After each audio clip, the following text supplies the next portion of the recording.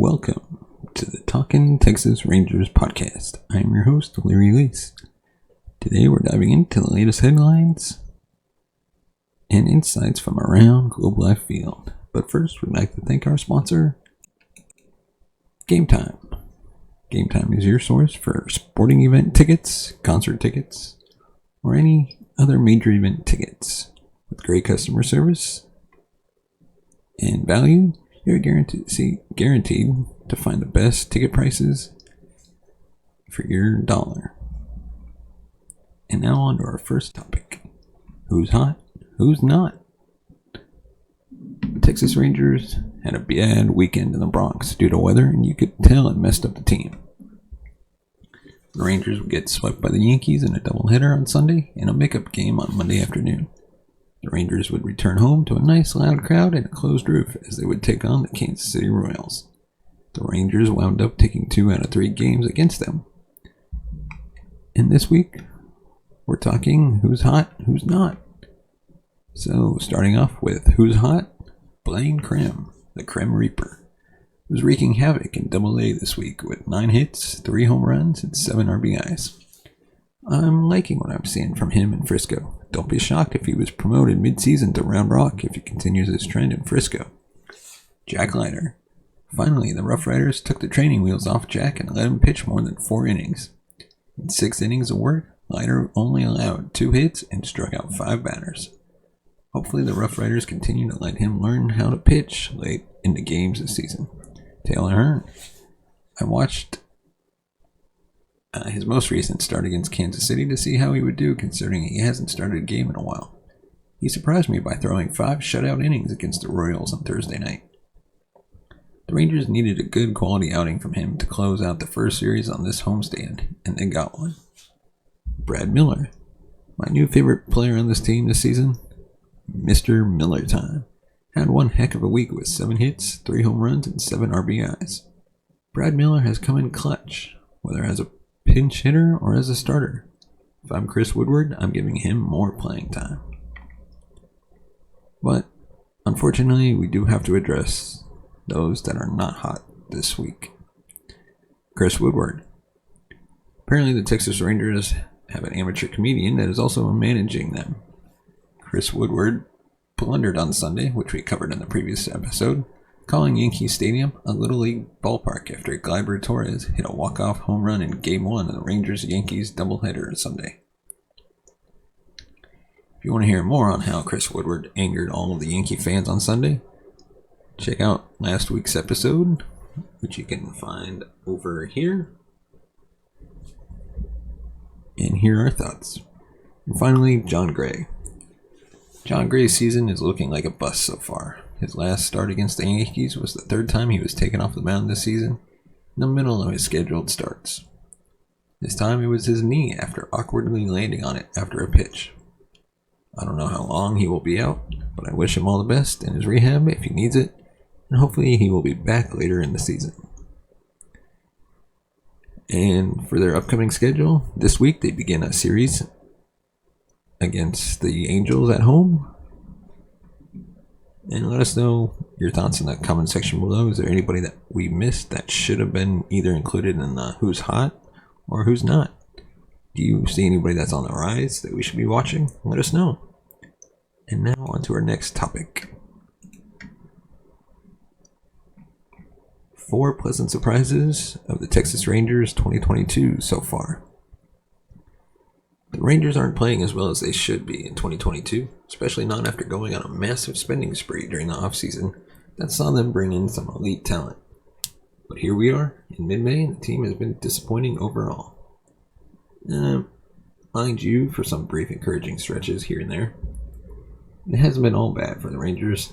However, as Texas has gotten some decent production from some of the less heralded players on their roster this year. We're going to be covering 4 pleasant Texas Rangers surprises in the early goings of this season. So to start it all off, we're going number 1, Brad Miller. He signed a 2-year deal in February. It has been everything the Texas Rangers could have hoped for and then some. On the year, he's got 5 home runs and a 721 OPS in 72 at-bats, while displaying versatility on the diamond. Not too shabby. Miller might be the best signing the Rangers made this winter, and that's saying something because Texas also brought in superstars Corey Seager and Marcus Semien. Sometimes the best moves are the ones you'd never think to appreciate. Brad Miller certainly falls into that category, and he has been a pleasant surprise early in the season. Number 2, Martin Perez. No one would blame you for being underwhelmed at the Rangers' signing of lefty Martin Perez during the winter, but he has become arguably the most stable member of the starting staff early this year. Did you see that coming? Through 6 starts to this point, Perez sports a sparkling 2.10 ERA and a .99 WHIP. Both of those figures lead all Texas starting pitchers at the moment. The Rangers starting staff has a weak spot in 2022. Although they've been played better of late, a major reason for the turnaround has been the emergence of the lefty Perez. Now don't get it twisted, Perez isn't a staff ace. Texas still needs one of those, a true alpha on the rubber, but for now, it's comforting to know that there's at least one quality option in this rotation, even if it isn't who you expected. And number 3, Jonah Heim. He's become a fan favorite in 2022, and rightfully so, the way he's been playing. Jonah Heim has earned everyday catching duties, even though the Rangers traded for Mitch Garver from the Twins for that reason. Heim has seized the opportunity he's been given with a 1.002 OPS so far this season. That figure is a pleasant surprise here, as Heim has always been renowned for his defense and pitch framing behind the dish. But rounding out his game and becoming a two-dimensional threat as a player, he's becoming the asset that Texas Rangers could only dream of behind the plate. And should he continue hitting at a clip even remotely close to his current one, it will make for a tough decision on what to do with him and Mitch Garver at the catcher position going forward. Number 4, the bullpen. It's incredible to think at one point this season the Rangers bullpen was considered a liability. And a liability it was. Since early May, however, the unit has done a complete 360, emerging as a team strength to the pleasant surprise of everyone. Among the reasons for the bullpen's turnaround, Brock Burke and Matt Moore, each of whom have provided tremendous production in the form of long relief. Dennis Santana, Joe Barlow, Spencer Patton, John King, and others have picked up the slack in the bullpen for the Rangers, giving the team ample options for both long relief and closing out tight games. Having a solid bullpen is a luxury, especially for a non-contending team like this one, and this group will only get better with the eventual returns of Jonathan Hernandez and Jose Leclerc. Let us know your thoughts in the comment section below. What was the surprise you've witnessed so far this year? Is there anything that was a shock to you? Anything that we didn't cover? Let us know. And now on to the 2022 Rangers Hall of Fame inductees have been announced. The Rangers announced last weekend that Ian Kinsler and John Blake will be the 2 individuals inducted into the Team Hall of Fame. A ceremony will take place prior to the August 13th game versus the Seattle Mariners. The 2 will join a vast star-studded list of former players and personnel who either donned the Rangers uniform or made an impact by their work with the Texas Rangers. But first, let's take a look at Ian Kinsler. From 2006 to 2013, Kinsler was a fan favorite who was vital in some of the most successful Ranger seasons in club history. Being a key player in the team's only 2 World Series appearances with monster playoff numbers, Kinsler has a special place in the hearts of Rangers fans regardless of how his time in Texas ended. To this day, Kinsler still holds many franchise records for second baseman and a leadoff batter. He ranks 2nd in stolen bases, 6th in runs, 7th in extra base hits and walks, and is tied for 8th in home runs. To add to his statistical impact, Kinsler is also one of 2 second basemen in MLB history to post 2 30-30 seasons, and has the only 6 hit cycle since 1900. Kinsler's statistical prowess and his fiery playing style is much deserving of the recognition and remembrance. And John Blake. In Blake's 34-year tenure, he has overseen a variety of communication efforts, including public relations, social media, community player relations. Blake and fellow Hall of Famer Eric Nadel are the only two employees to be present working in every Rangers postseason game in history. Along with that, he spearheaded the communication efforts for the opening of both the ballpark in Arlington and Globe Life Field. His impact has been insurmountable, and his efforts in his role has had him awarded the Robert O. Fischel Award in '93 and the Harold McKinney Good Guy Award in 2004. Together, the two will become the 25th and 26th members of the Rangers Hall of Fame. Each are incredibly deserving in their own right. And now I'm going to give you my thoughts on 4 Rangers minor leaguers. On this mid-May Monday evening, I share with you a brief thought I have on 4 Ranger minor league players, one at each level. Starting off at AAA Round Rock, we're going to look at Leody Taveras. Feels like we've been on Leody watch since the beginning of the season, or at least since he went 5 for 5 with a pair of doubles in his 4th game for Round Rock this season. With a 4-digit OPS for much of the season, Leody has been viewed as an increasingly attractive call-up option, particularly with pretty much every non-Adolis outfielder DH option flailing about. Leody has cooled down since his hot start. He's slashing .250, .317, .444 in May, with 4 walks and 12 strikeouts in 41 plate appearances. And he sat for a couple of games after being pulled mid-game for not running out a dropped third strike that got away from the catcher. His overall numbers for the year are still quite good, however. His .339, .367, .579 slash line has him 10th in the PCL and OPS.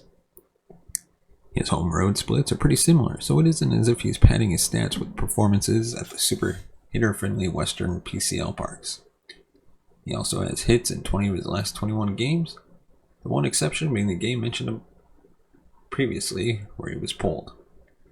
There's an argument to be made that Leody's glove alone makes him good enough to be in the majors, even if he doesn't hit much, and he can work on any adjustments he needs to make in the big leagues. That said, when I see Christian Pash, who has a similar profile to Leody, who is also 23, slashing .157, .202, .241, and .115 plate appearances for Oakland, when I see the M send down Jared Kelenic after a .140, .219, .291 slash line to start the season, when I look at the ugly offensive numbers in the year of the mushball, I think let Leody stay in AAA a while longer. Let him have success, let him struggle there. Let him work through his struggles and rebound. Let him experience maintaining the good and fighting through the bad in AAA. Some more before bringing him up to Arlington. In AA Frisco, Jack Leiter. Jack Leiter has been the Saturday starter for Frisco this season, and prior to this weekend, had shown instances of brilliance mixed with episodes of not brilliance. On May 7th, he had his best start of his admittedly very short professional career, needing just 68 pitches to go 6 shutout innings against Arkansas, allowing just 2 base runners and no runs. This past Saturday, Leiter went the opposite way, putting up his worst start of the professional career. On the road in Tulsa, Leiter was pulled with 2 outs in the 2nd inning, having retired just 5 of the 14 batters he faced with a final line of 1.2 innings pitched, 6 runs, 7 hits, 1 walk, 1 hit by pitch, 1 strikeout. A disaster start from the Rangers' best prospect, the best pitching prospect they've had in at least a decade, is going to trigger a certain amount of anxiety. The question that one wants to ask after an outing like that is whether it was bad pitching or bad luck. The answer? A little bit of both. Reports indicate that there were some balls that found holes and some squeezing going on, but Tepid noted that he wasn't commanding any of his pitches, and that's going to result in a short night, bad luck or no. The 2 main things that have been said to be areas that Leiter needs to improve on to reach his ceiling are his command and his changeup. Fangraphs has Leiter's command grades at 35 present, 55 future. Improved consistency of command is what will help Leiter and avoid this disaster repeating. Avoid the instances where he can't locate his exquisite 4-seamer and it gets crushed by major league hitters. Saturday's outing doesn't change the outlook on Leiter. it is, though, a reminder that he's still a work in progress. And now, High A Hickory, Mark Church. If there's anything the Rangers farm system seems to churn out in abundance in recent years, it is big, hard-throwing, right-handed relievers. We've seen Pete Fairbanks, Emmanuel Clace, Joe Barlow, and DeMarcus Evans shoot up the organizational ladder in 2019. We saw Hernandez emerge as a bullpen weapon in 2020. We saw Nick Snyder start the year in Hickory in 2021, ending the year in the majors, and in 2022, we are seeing impressive performances by a number of young righty bullpen arms in A-ball, with the most interesting to me, at least, being Mark Church, an 18th round draft pick in 2019 out of an Atlanta high school, possibly signed only because 7th rounder Brandon Spro rejected the Rangers' above slot offer, and thus Texas had extra bonus pool money to spend. Church caught the attention of Eric Longenhagen in extended spring in 2021. Church pitched for Low A Down East in 2021, skipping the complex league altogether, and blew away a collection of overmatched Carolina League hitters for most of the year, striking out 49 of 108 hitters he faced before his final outing of the year, where he gave up 6 runs while not retiring anyone, after which he was placed on the IL for the year with an elbow issue. Church was sent to Hickory to start 2022, and he's been cruising with the only earned runs allowed, coming courtesy of 3 home runs allowed in a 3-day span at the start of May. For the year, Church has struck out 29 of 67 batters, walked just 2, and allowed a .215, .239, .369 slash line with a 2.08 ERA and 17 innings pitched over 12 outings. And now Low A Down East, Alejandro Osuna. Alejandro was signed by the Texas Rangers out of Mexico in 2020, right before his 18th birthday.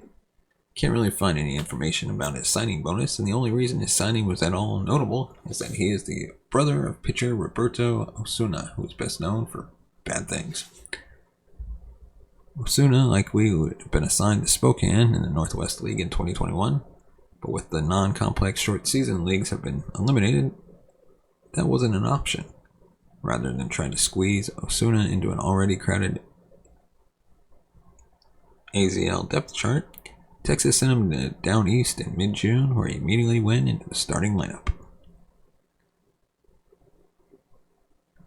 Osuna is currently slashing .333, .409, .510, and 110 plate appearances with just 18 strikeouts against 11 walks. After an .870 OPS in April, he's put up a .985 OPS so far in May. He's still facing older competition. Only 5 of his plate appearances have been against younger pitchers. But he's thriving, posting the 4th highest OPS in the Carolina League. Osuna has played all 3 outfield spots, but has primarily played left field. And he profiles as a bat-only guy, which means he's going to have to really hit. But he's a 19-year-old who has been one of the top hitters in the Carolina League this year, which means he's someone we should probably at least be keeping an eye on. Let us know your thoughts on the topics we covered today in the comment section below. As always, hit that thumbs up button, hit the subscribe button to be notified of future video, and let us know if we missed anything, got anything wrong. As always, thank you so much for watching and listening. We will see you next time.